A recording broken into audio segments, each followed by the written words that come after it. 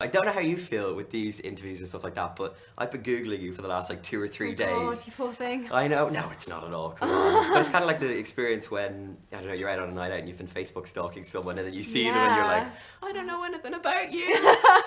But it's super odd. Like, it must be super odd. So let's pretend that you know a little about me, I know a little about you. But as I was searching for you, I found that on Google you were actually the most dangerous celebrity to search for. Did you see that? I know, it's crazy. 1 in 8 searches or something is malicious.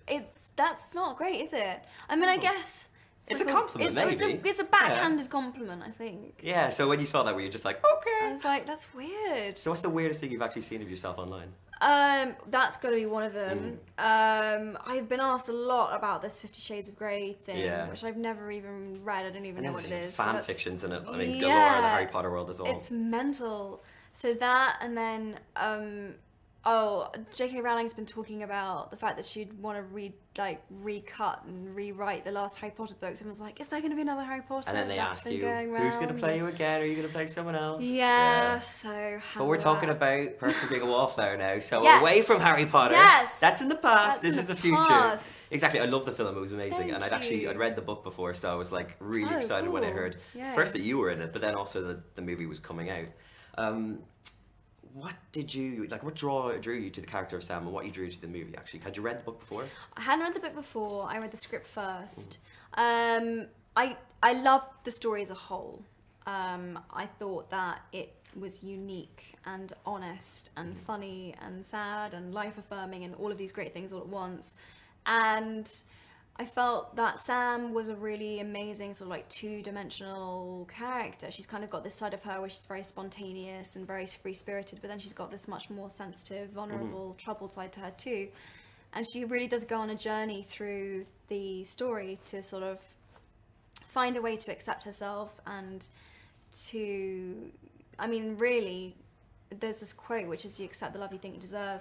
I was actually going to ask you about that because you've said it a lot in interviews, and you've actually said how it's related to you as a person, and how you've kind of come out of the movie as a different person. How has it changed you? I think, well, relating to Sam, it's about she doesn't really know what she's worth, and she keeps dating these awful boys who aren't very good to her, and it's about her realizing that she has a degree of autonomy and power and choices in those situations where she can say she could choose the nice guy and I'm going to be happy. Yeah, and I'm going exactly. to be happy. And that is exactly what you're doing in your life now. Yeah, so I thought that was inspiring, and I think girls fall for the bad boys a lot. And you've been prone to that in the past? Well,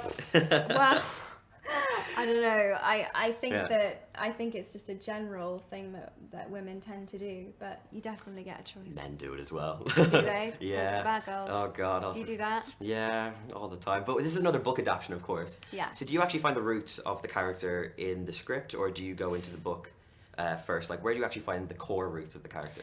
Core roots of the characters, obviously, in the book. Got to go right to the original source, and